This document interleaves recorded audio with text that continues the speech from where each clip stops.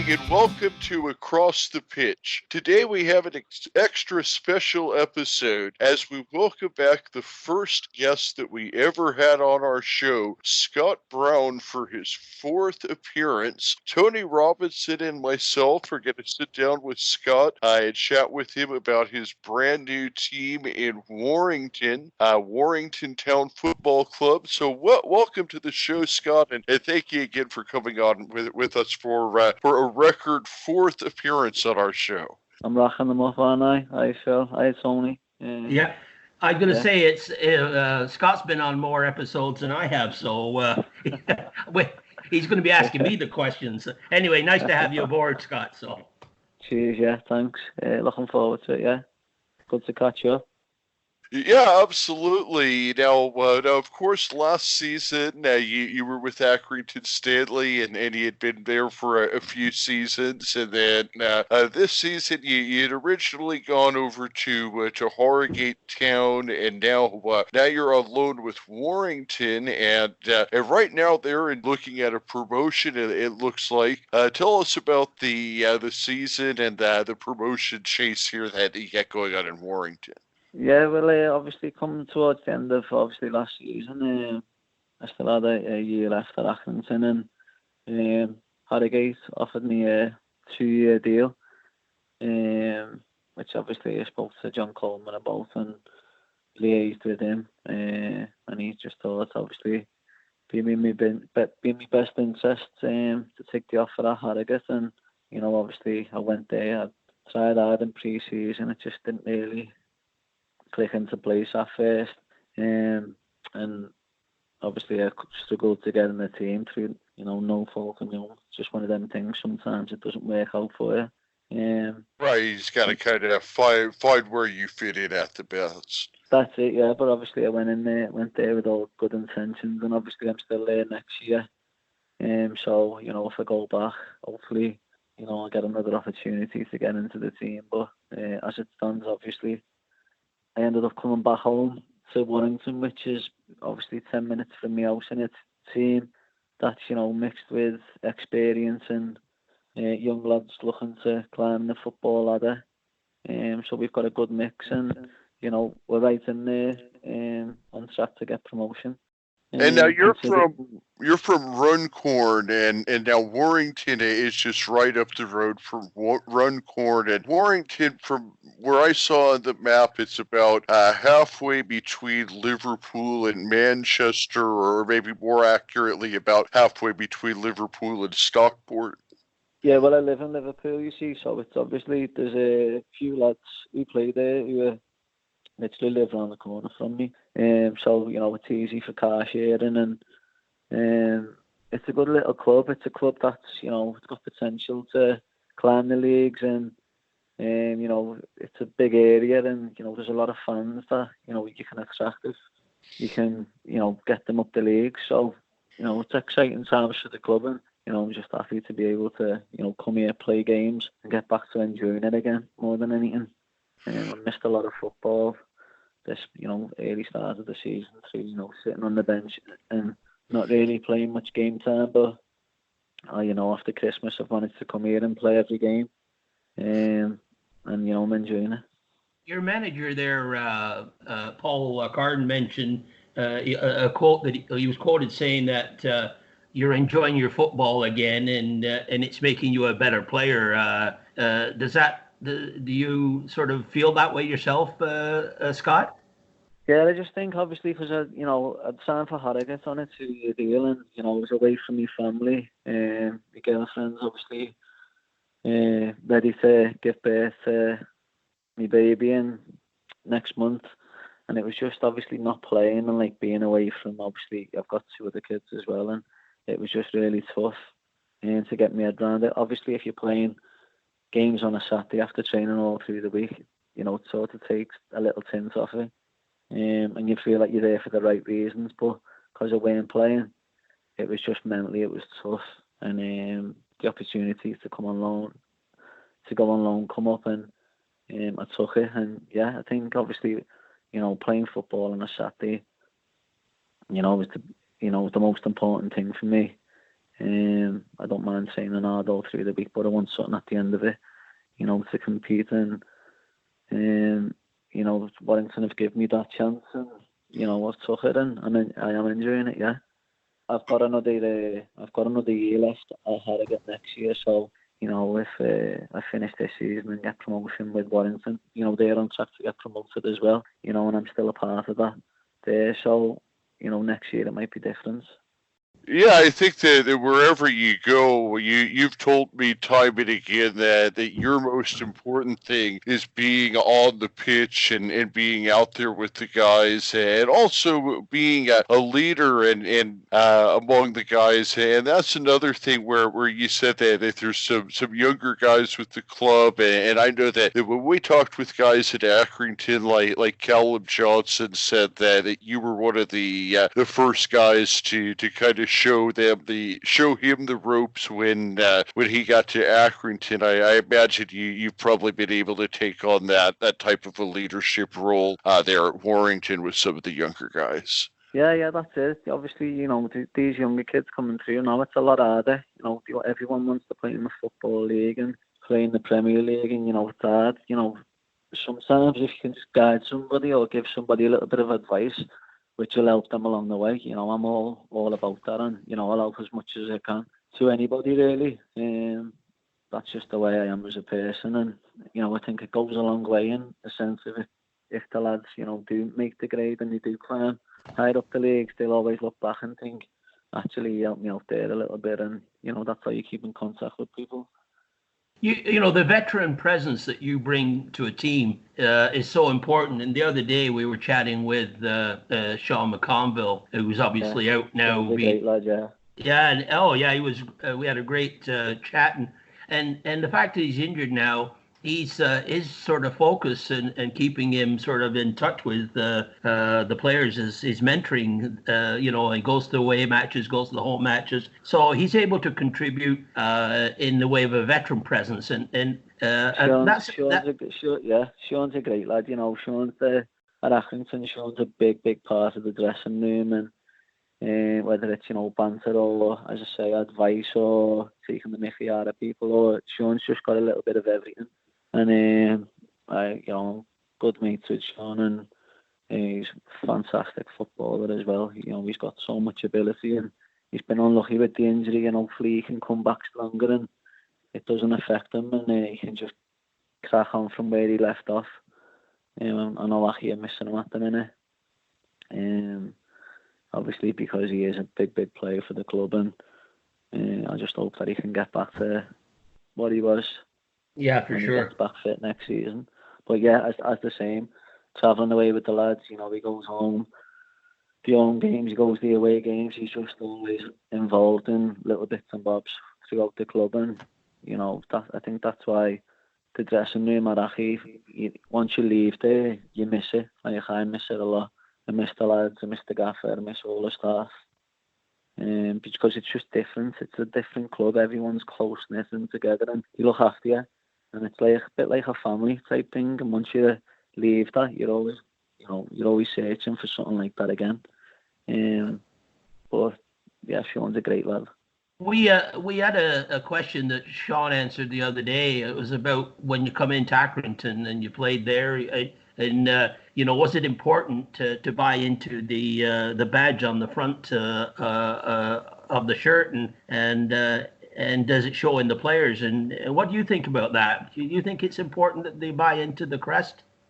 Of course, yeah. I think the gaffer has got the gaffer's just got a way of, this is how we play, this is what we've got, this is what we are.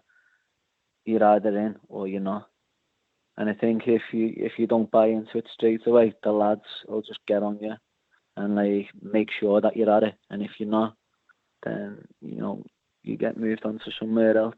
But the gaffer he picks players from everywhere, and there always seems to be that right character. They just come into the dressing room and everyone just molds together. And I think he's really good at, he can spot a player, and he's, for me personally, the gaffer, I feel like he just gets the best out of you, player he comes up with. You know, with John Coleman, one of the things that we've come to find out is that one of the kind of special things that he does is when he recruits a player or shows interest in a player, he doesn't have the secretary call. He calls himself, and he'll go and meet with you in person. And so now we heard from it was Joe Pritchard that we spoke with recently that Sean originally met with him in Starbucks. Sean McConville said that he got a McDonald's meeting. Where was your first meeting with John Coleman at?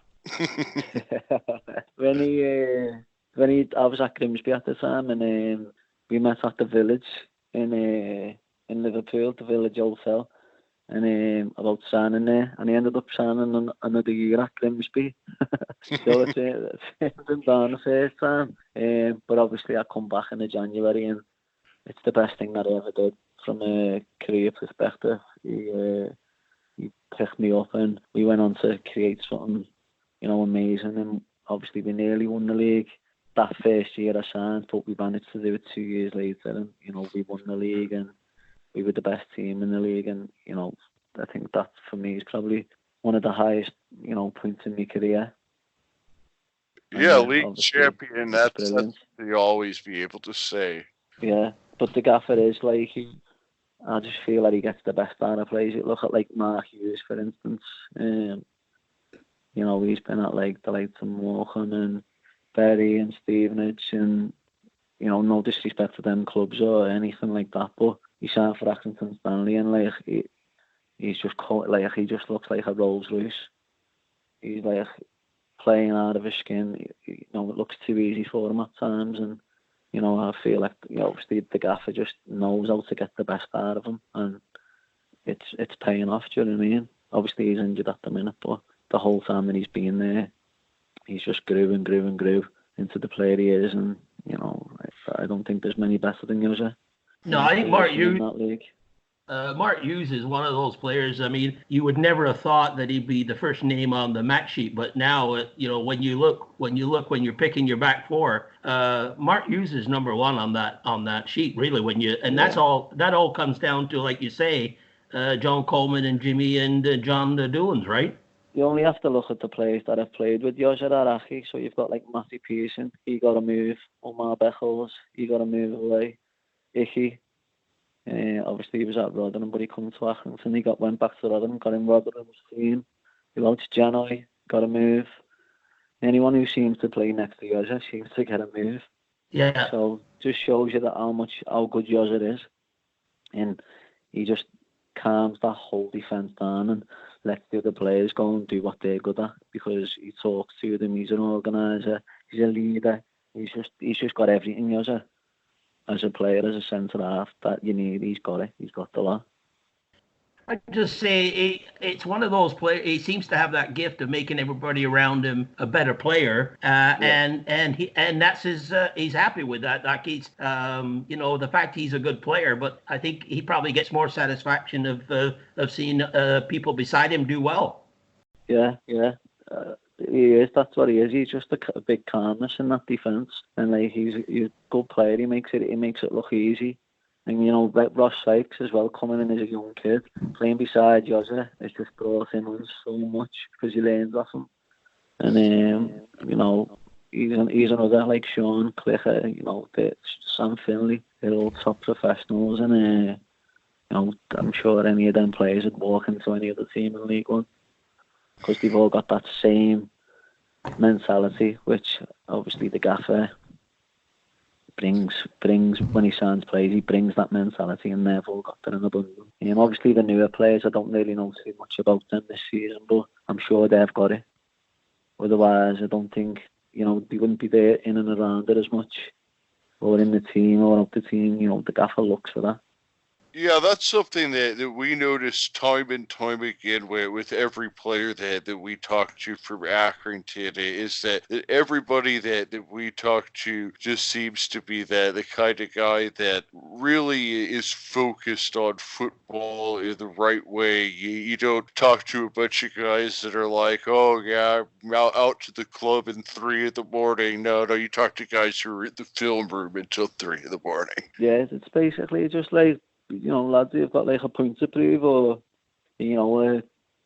hungry, or for wanting more. Like, it's just lads who enjoy playing football and want to win. The gaffer just loves winners, and he's a winner. He ain't losing at anything. Even like head tennis, he'll be cheating just to win, or him and Jimmy are the same. But I love Accrington, and I love the club, and I love the lads and all the staff, and that's because of everything that they've given to me. Now, speaking of gaffers in Accrington, your current gaffer has a bit of an Accrington connection. He did only play 4 matches back in 2008 with Stanley, but Paul Carton, your current gaffer, what's it like playing for him? I imagine that him being a fellow Liverpool guy and having a little bit of an Accrington connection, maybe you guys hit it off right away.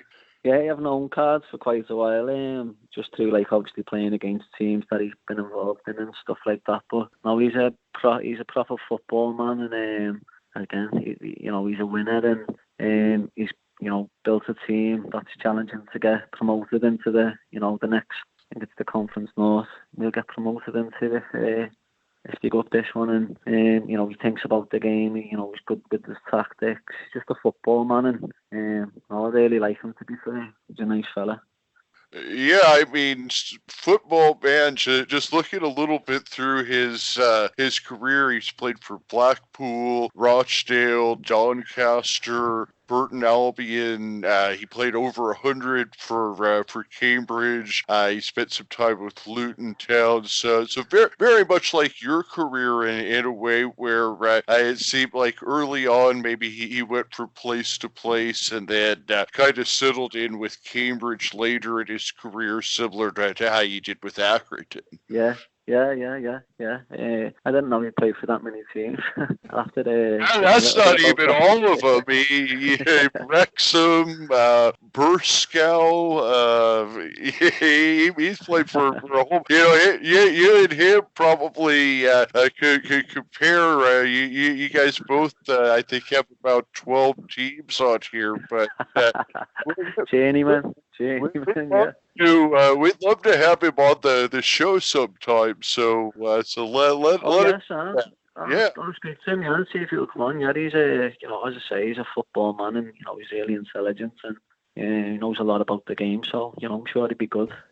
4 years, I'll speak to him and see what he says. Well, thanks. Yeah, we'd love to have him on and hear some more about. You guys are looking to get promoted, assuming the football gets started again, or are you guys? I saw that your last game was canceled, but the league itself isn't canceled. Is that what's going on right now? Yeah, I'm not sure what's happening at the minute. It's all a little bit over my head with like everything else that's going on. I don't really understand it all, to be honest. So I think all the Premier League games, and down to League 2 or the Conference have all been cancelled.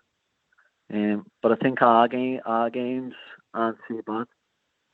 But it got called off the other day because the other team didn't want to play, basically. Yeah, I saw that. I think that's what happened. You're ready to go, but the other team asked out of it is what happened. Yeah. So.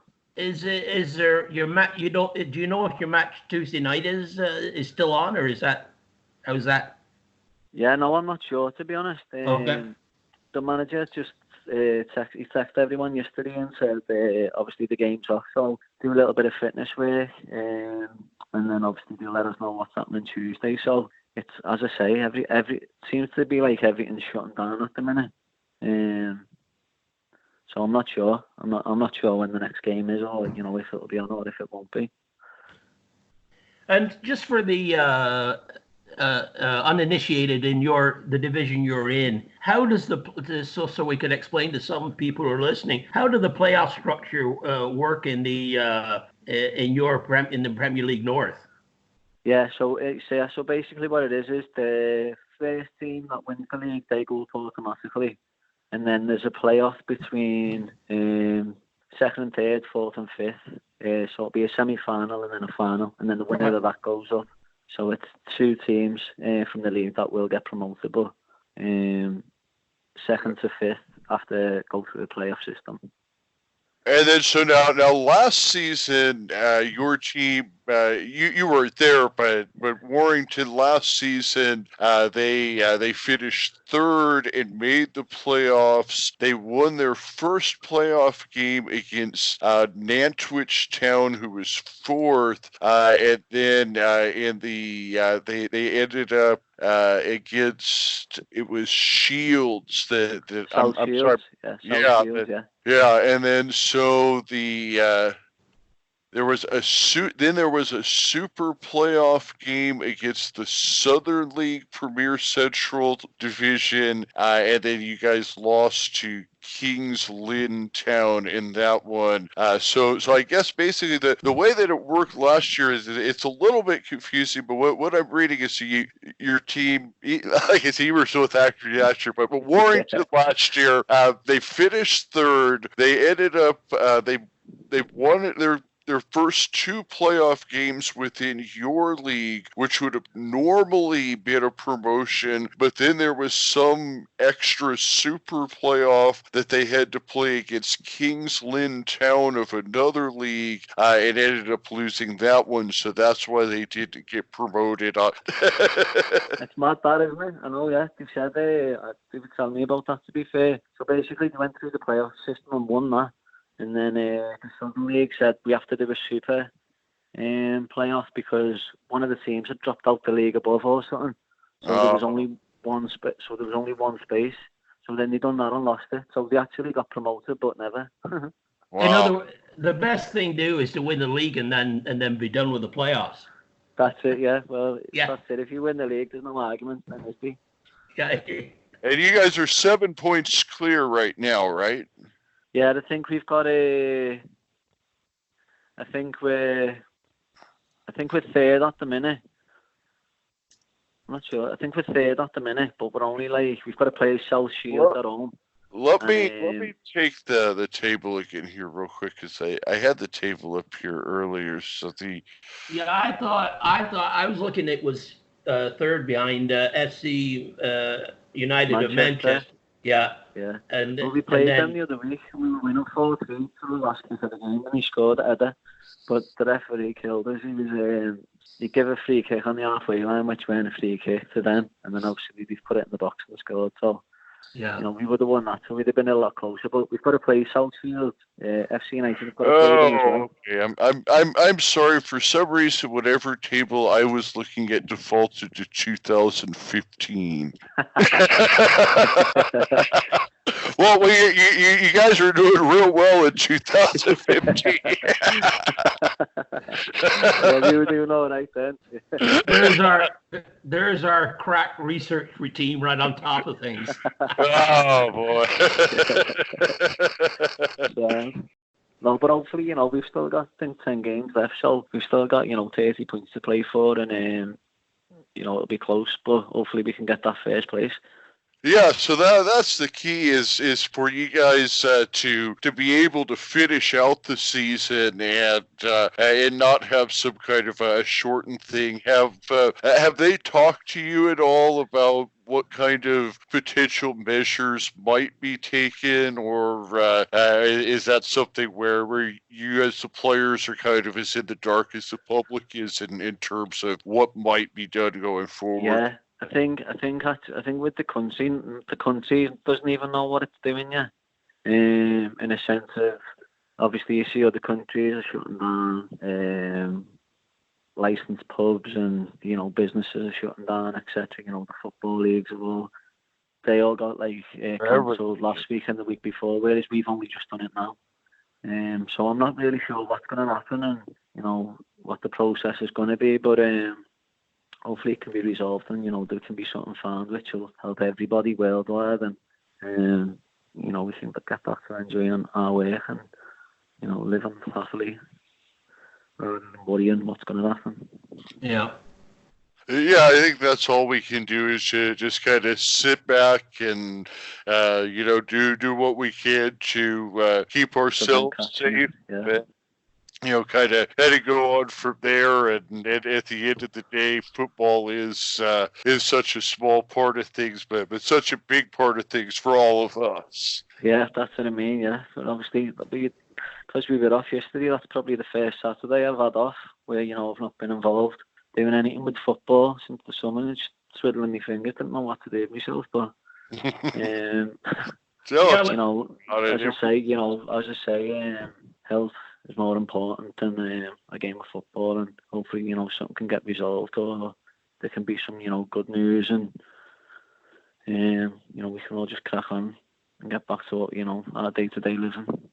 Yeah, and everybody wants to get, as you say, get back to normal and get football back up, and it's all part of the process and get businesses, because everybody suffers it when things are shutting down, and as I say, that's what I mean. Hopefully, little local businesses and all that. Yeah. They could end up bankrupt or into liquidation and stuff, and it's not nice, is it, for anyone to lose the job through no fault of their own.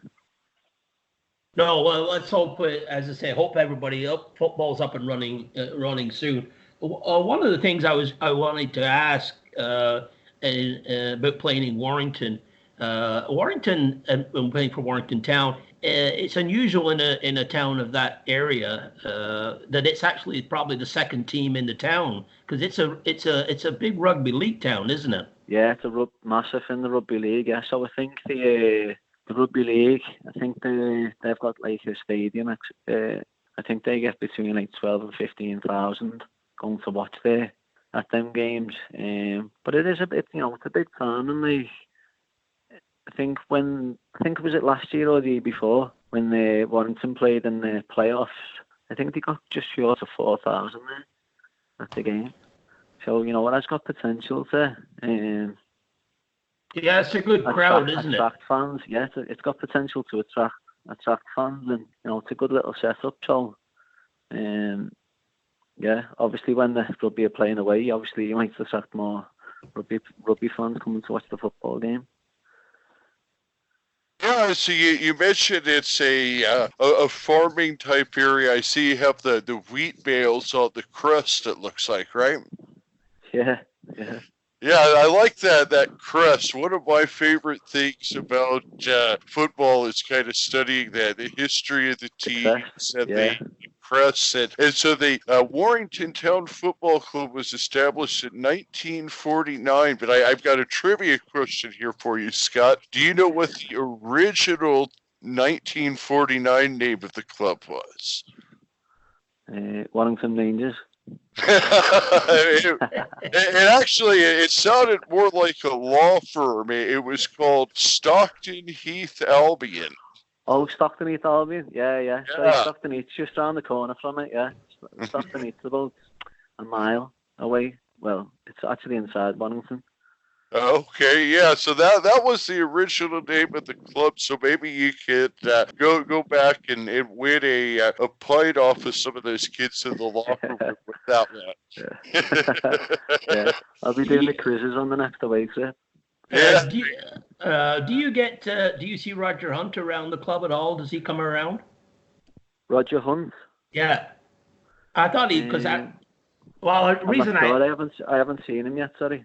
Okay, the reason I ask is there's another one maybe for your trivia question, is that he actually played for Warrington Town in the late 50s before he went on to obviously a stellar career at Liverpool and winning the World Cup. So you could ask so he actually, that's a nice, you might win a pint out of that one on your trivia quiz.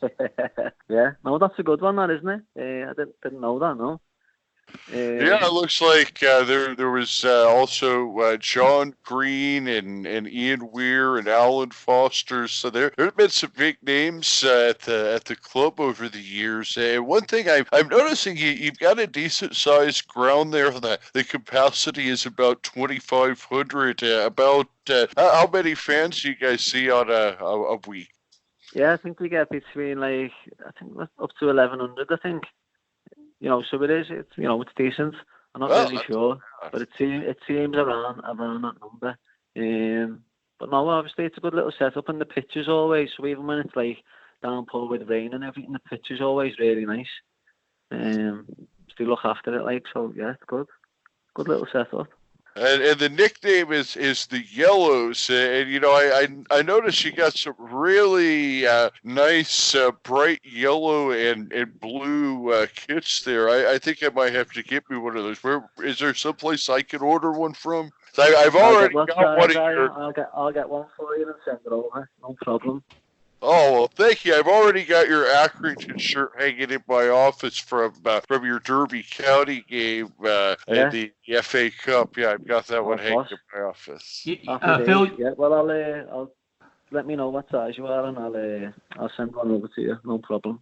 Phil's gonna have more jerseys than Paul Carden. His office will be full of them. I want to ask you, you talked about a highlight of your career, Scott, about Stanley winning, the League Two championship. But you've had some personal success, and you've been to Wembley, I believe, a couple of times. You represented your country at the under-19s. You won the league championship. Has any of those stand out as a bigger highlight of your career than others, or? Yeah, I think when I obviously, sometimes I sit there and look back and think, I've done that, and then, I've been really lucky, to be honest, really lucky, the career I've had, and, there's been some ups and downs with obviously breaking my leg and,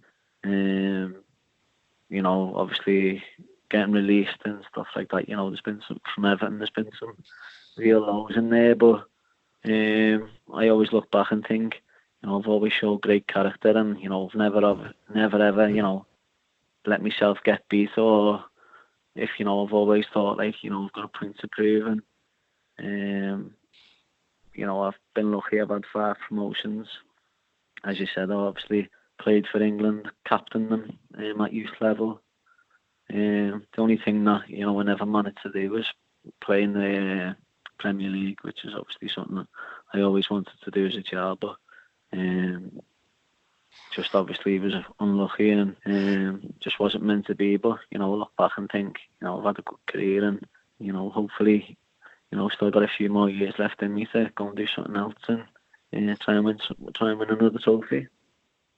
Well, wherever you go, we're definitely going to be following your career, and if nothing else, you can always say that you were the first guest and the most famous guest ever on Across the Pitch. And as long as we continue to do a podcast, we want to make sure that we always have you on to talk with us and follow your career, whether after your playing days are over, whether it takes you to coaching, broadcasting. We always want to make sure that we have you on the show as much as possible. And I'm also I want to send. We have Across the Pitch shirts now, so I want to send one your way. So make sure you let me know what size you need, and I'm going to send. I will. Yeah. No. Yeah, thank you very much. And as I say, you obviously getting me on the show, to be the first guest and that, I'm very, thankful for that, and it's good to speak to you and see what you're getting up to. And I listen to most of the podcasts, to be fair, regards Aki and the footy ones, because I think you've given them a platform, and I think obviously a lot of people know more about Accrington Stanley, across the globe now than they ever would if it weren't for you. So, well, thank you. Thank you a lot as well. That means so much to me to hear that, and to all of us, and especially to Aaron and Matt and Darren and everybody that is involved with the show. And like I said, I mean, when we were just on our second ever episode, and I sent you a message on Twitter, and you took a chance with coming on a brand new show, that's something that will mean so much to us for forever. And we just can't thank you enough for that, Scott. No problem at all. The pleasure's all mine. And, thank you very much to you for having me on the show. It's always fun, and I enjoy it. Thank you, Scott. And what else did you have, Tony? Well, I wanted to ask. I mean, I know you scored 4 goals for Stanley in all those. I think 100 over 100 appearances. The one goal that sticks in my mind that I think is probably the best, but I'll ask you first to see if it's the same one. Which one do you think is your best goal? I had it. To be fair, there was I scored one against Leighton Orient, which obviously was setting us up. That was only for the first comp, which was we were on a roll to go and win the league, and obviously we went to Stevenage on the last day, and it was the only game we never scored at home in, and Bristol Rovers pipped us to the automatics.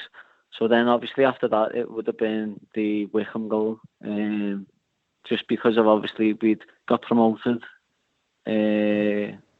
on the Tuesday against Yeovil, and then we had a mad couple of days, and then obviously it come to the Saturday, and scored by volley, left-footed volley.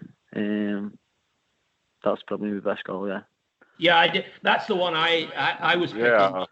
That one, the volley, the ball came to, as it's dropping. You're watching the ball, and then bang, it's in the back of the net. So yeah. I mean that though, I think that's another one that would be shown if it was scored at a higher level. You would have seen a lot more of it, because that was a sweet strike, that one. Yeah, it was a good team goal. Obviously, Cadence broke down the right, and he got the legs on the defender, and puts the ball in the leg, clears it, misses it. It just fell to me perfectly, and I managed to get a good connection on it rather than far corner. And then all the lads jumped on me, yeah, but it was good.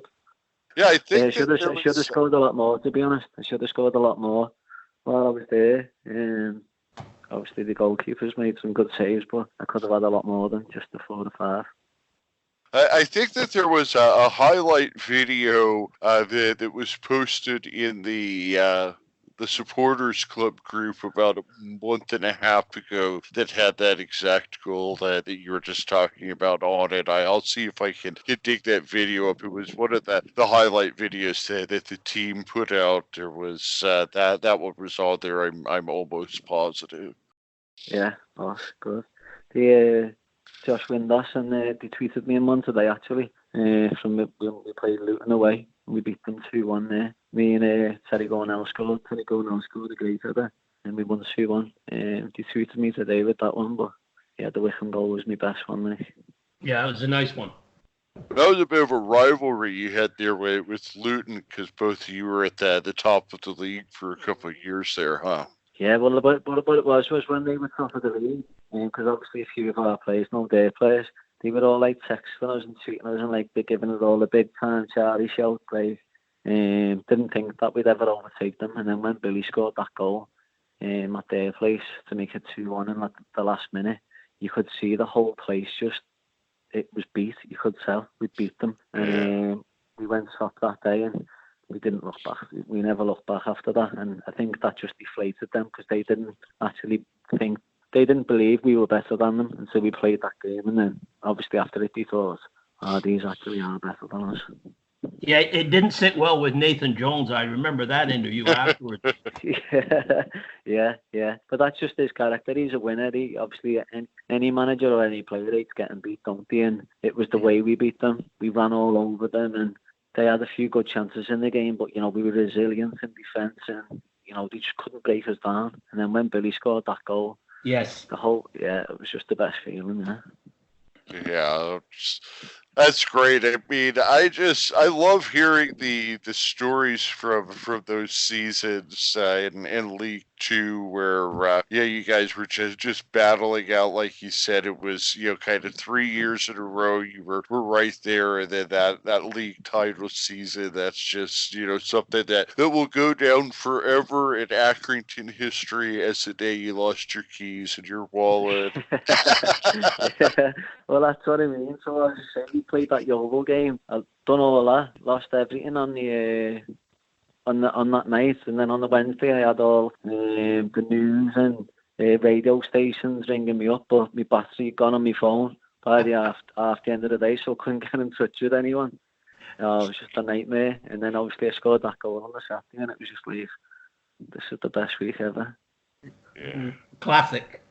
Yeah, amazing stuff. Tony, did you have any other questions for Scott? I had kind of gotten through my list. No, I'm just ready for our new segment that we've introduced since Scott's been on. So oh boy, this is pretty serious stuff here, Scott. Yeah, we don't have any. It's not in the budget for introduction to music, so we're just going to have to, Okay, this is what we call our rapid round. So we're going to fire some quick questions at you, and we'll see how you stand up. Okay. Yeah. Mushy or garden peas? Mushy. Red or brown sauce on your bacon butty? Brown.